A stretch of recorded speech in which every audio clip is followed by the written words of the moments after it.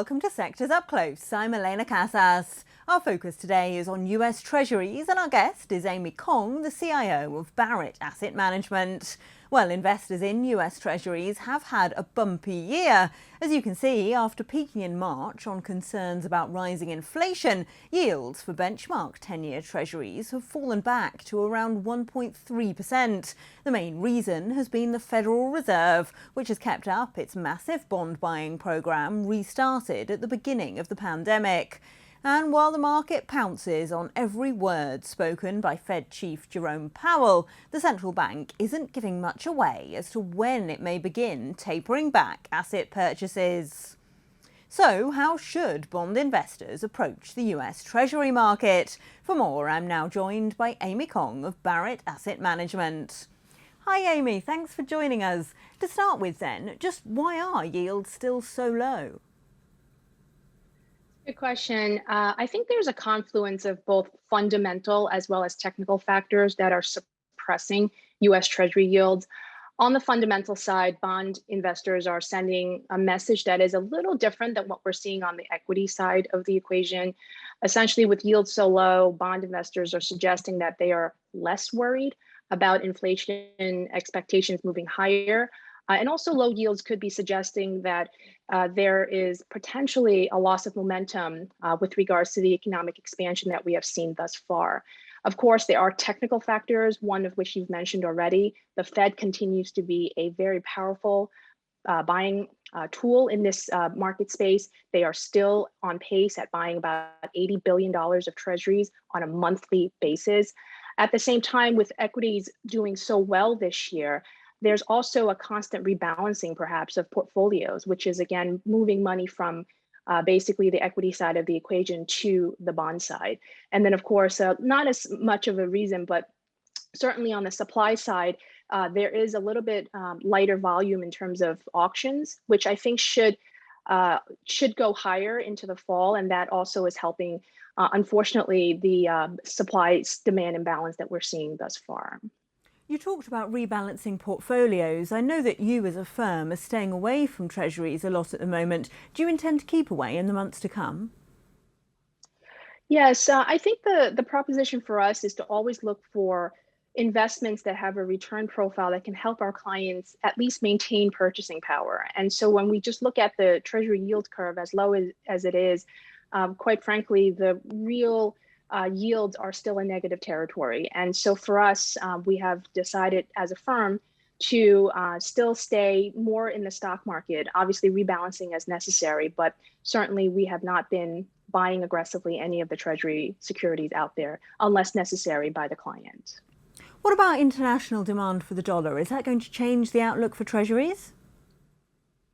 Yeah, it's a great question because one of the things that I didn't mention that have been helping pressure the treasury yields as we've seen is really the global dynamic. And as we've talked about the yields in the US market being so low, quite frankly, if you zoom out and think about it from a global perspective, they're not so bad when you compare it to negative yields on an international scale. In fact, if you look at the international bond market, we estimate that there is shy of $17 trillion of negative yielding sovereign debt out there outside of the United States. And so that's a huge number.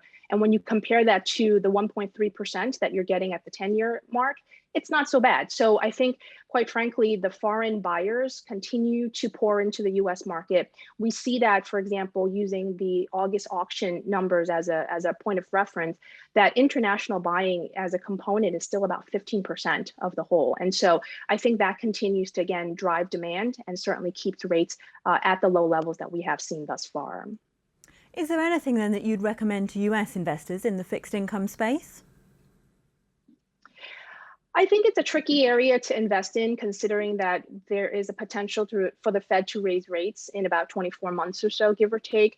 I think for us as a firm, we have dabbled perhaps in the TIPS market, the Treasury Inflation Protected Securities market, for clients that need it. Perhaps, in an IRA account or a tax deferred account makes sense, just given the phantom income component of those securities.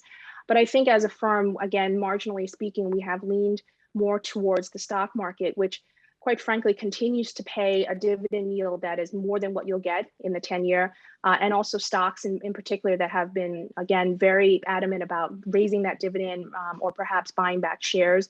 The banking sector, as an example, could be a good point of reference. Just in light of the banking stocks, they actually can potentially benefit if the yield curve steepens from here on. If the Fed stops or reduces their QE program, that hopefully can push the 10-year yield higher, and that can be, again, a beneficial point for the banking stocks. At the same time, they are returning a lot of capital back to shareholders. They are allowed to now. The Fed has given them the green light. And so there are some levers that the banking sector has pulled. And for us, that continues to be a better risk return profile than, again, locking the money up in a 10-year, which again, if inflation moves any higher, you certainly will be in the negative area with regards to your real yield. Excuse me. So again, we think that it's a relative call, but we have been staying more on the stock side as opposed to the bond side of the equation. Thanks so much for that. That was Amy Kong, CIO of Barrett Asset Management. Before I go then, here are some of the top stories affecting policy around the world.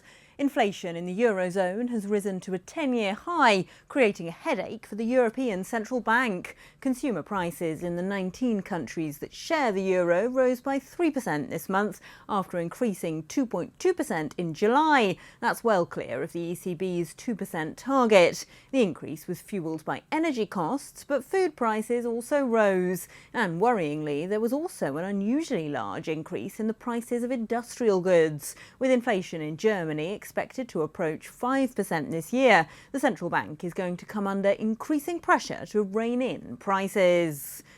Australian government spending rose sharply in the June quarter amid a splurge on infrastructure. The increase may help Australia narrowly avoid a recession. The economy is certain to contract this quarter as coronavirus lockdowns cripple economic activity, but government spending data out on Tuesday means the economy likely scraped out a rise of 0.1% in the April to June quarter.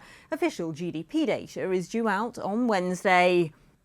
And Cleveland Federal Reserve Bank President Loretta Mester said the US economy is recovering strongly, but she's not convinced that recent inflation readings will be enough to satisfy the Fed's goal of price stability.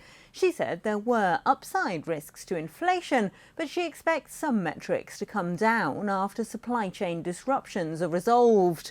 Mester's remarks highlight the growing tension among Fed policymakers as they approach a turning point in their policy.